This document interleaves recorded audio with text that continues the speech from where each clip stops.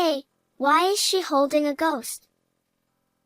My 5-year-old daughter, who had come to visit my brother's wife just after she gave birth, said this while curiously staring at the baby sleeping in my sister-in-law's arms. Isn't that Grandma over there?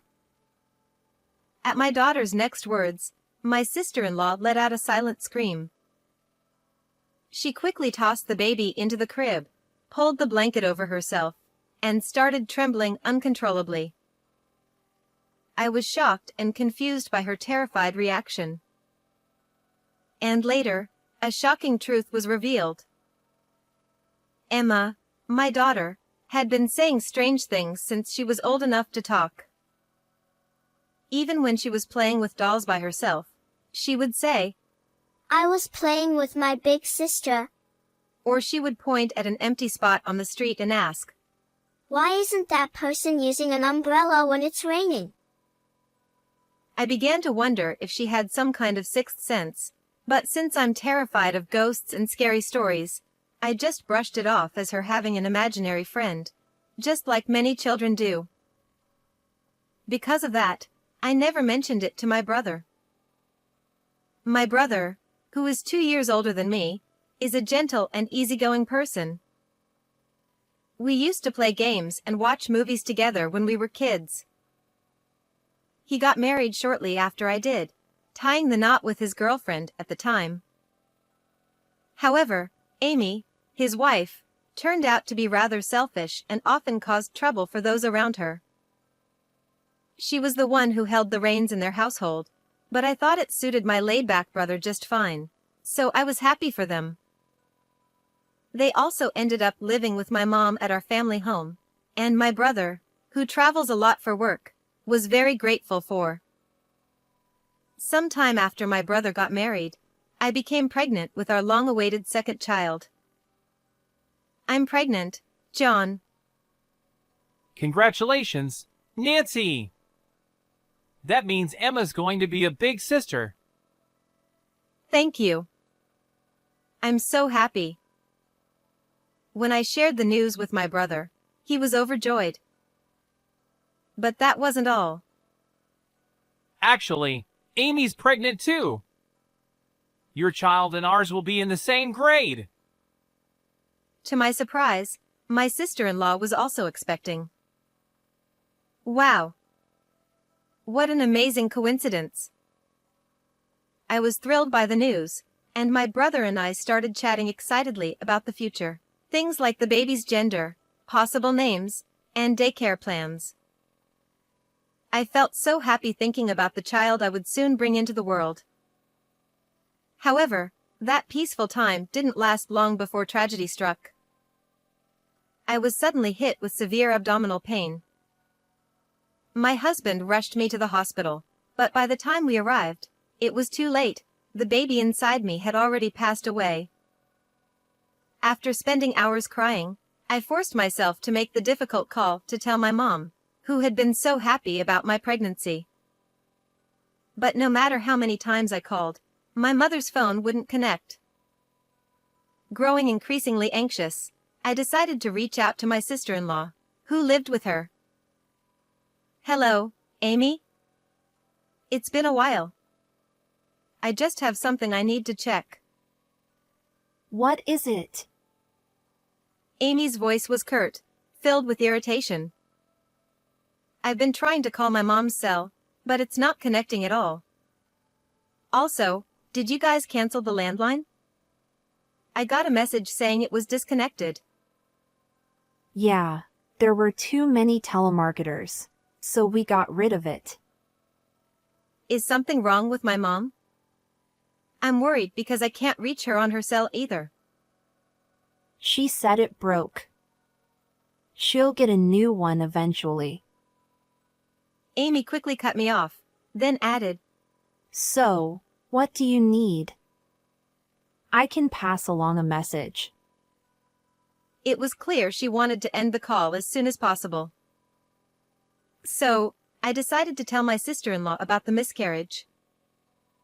To my shock, she responded with a sneer and threw some appalling words at me.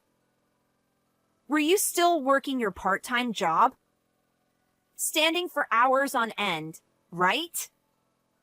You were just being careless, weren't you? So irresponsible. What?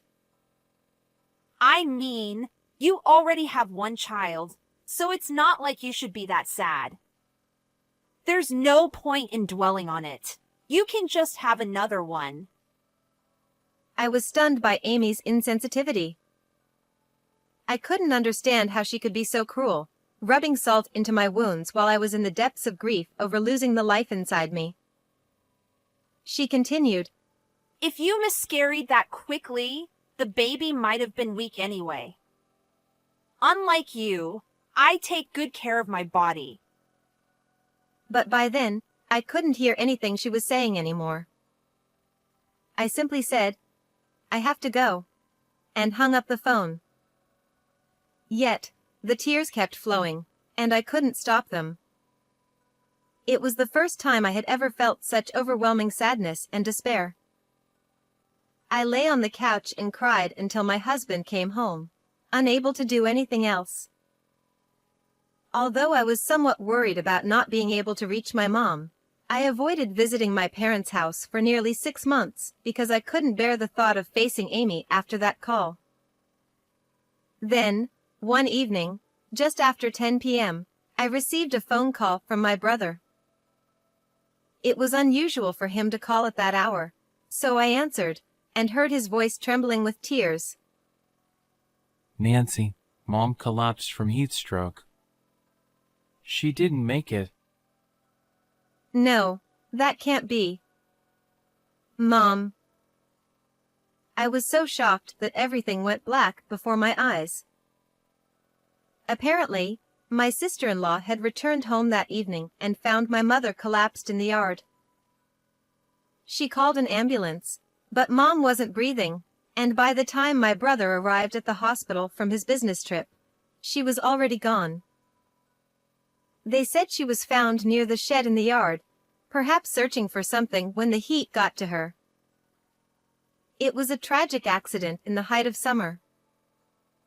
Once again, I was plunged into deep sorrow. However, there was no time to dwell on our grief. My brother and I were overwhelmed with the preparations for the funeral.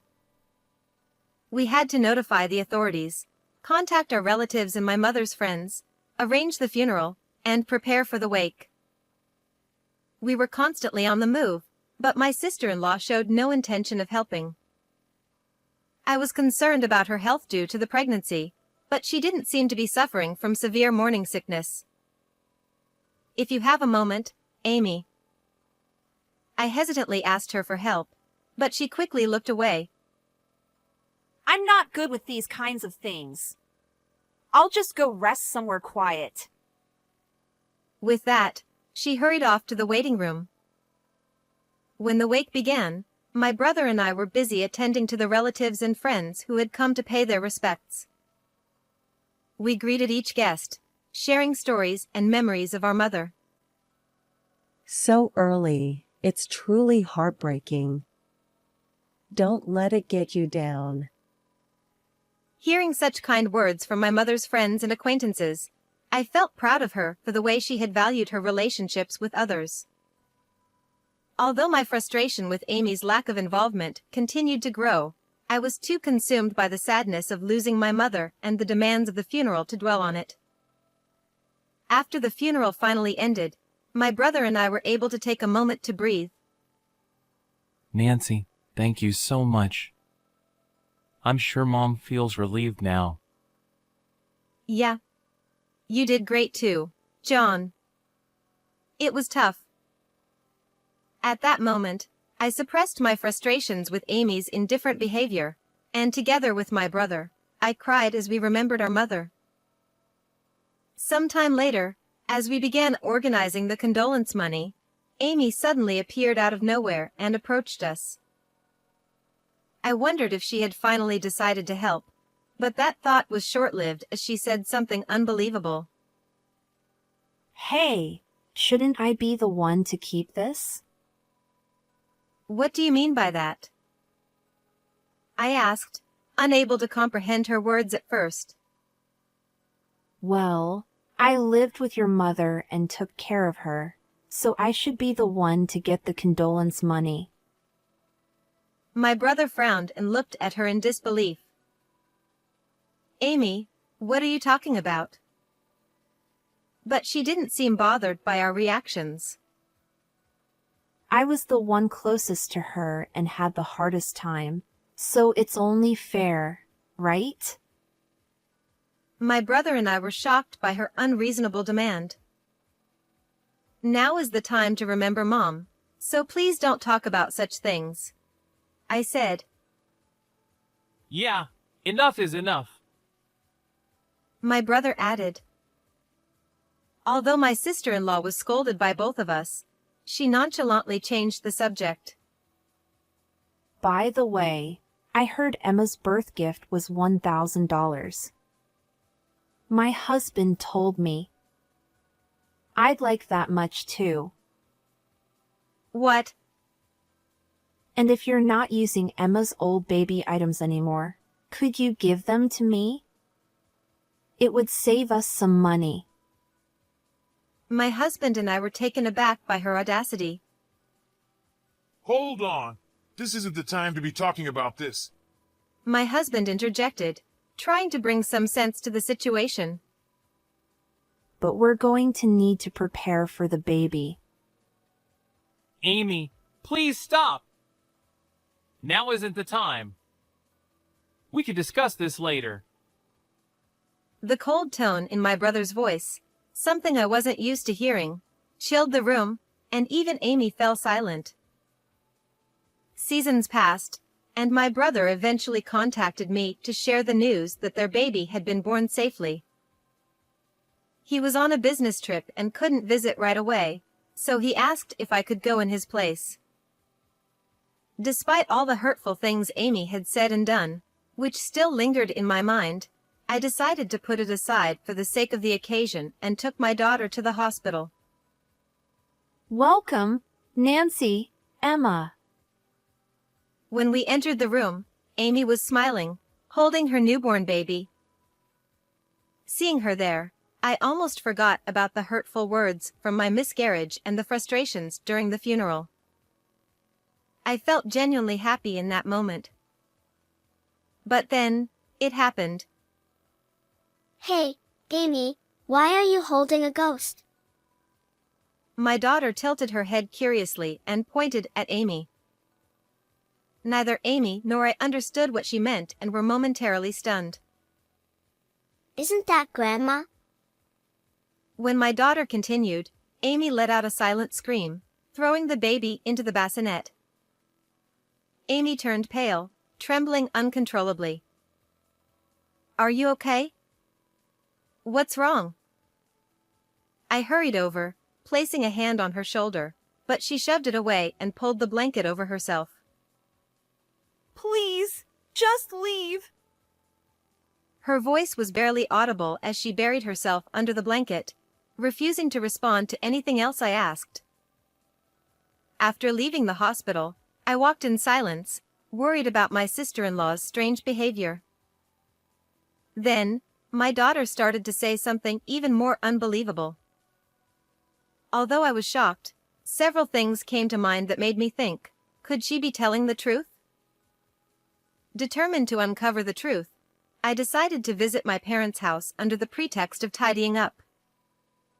Although I had been avoiding the house due to the grief of my miscarriage and my mother's accident, I knew I couldn't put this off any longer. When I told my brother that I wanted to sort through our mother's belongings, he said he was too busy with work to do it himself, so I took the initiative. With Amy still in the hospital, this was my chance. I used the key I had to enter the house and began opening doors and closets, slowly sorting through everything. As I was going through my mother's belongings, memories came flooding back. When I looked up at the top shelf of the closet, I noticed some cardboard boxes haphazardly stored there. Curious, I pulled one down and opened it. What? Why are these here? Inside, I found surveillance cameras, 5 of them. The number was unsettling, especially for a household. I noticed that each camera still had an SD card inside, so I decided to take them home to review the footage. I then went into my mother's room and opened the drawer of her desk. Inside, I found an old journal. My mother's diary? I opened it and found entries about Emma's growth, the day my brother brought Amy home, the death of my father from illness 20 years ago, and even some recipes. The entries were filled with warm memories, and I couldn't help but cry. Mom, you were such a kind and strong person. However, as I continued turning the pages, my attention was caught by some illustrations drawn in the margins. This drawing.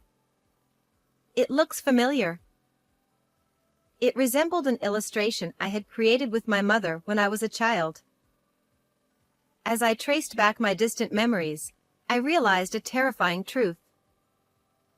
On the day of my mother's first death anniversary, we gathered at the family home. Thank you all for being here today, I said, after exchanging memories of my mother with my relatives. Once everyone had settled, I pulled out a notebook. This is my mother's diary. Hidden within it is a message, I announced. Among the surprised relatives, Amy's eyes widened the most.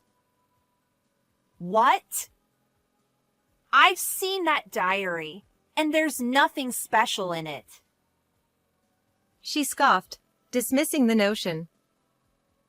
But I calmly continued. Everyone, please take a look at the illustrations drawn in the margins of this diary.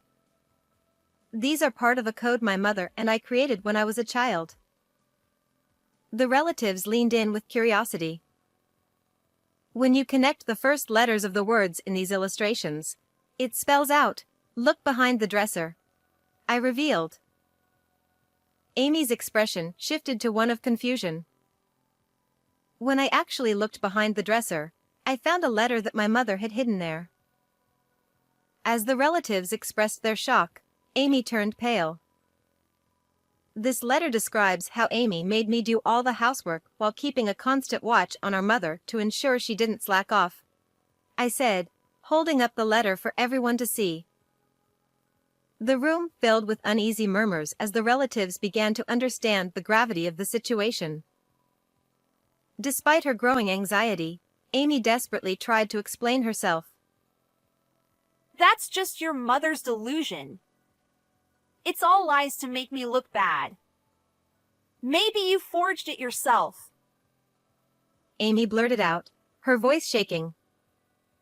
No, this is my mother's handwriting. The handwriting matches her diary entries, and the letter includes specific dates and detailed situations, making it very credible.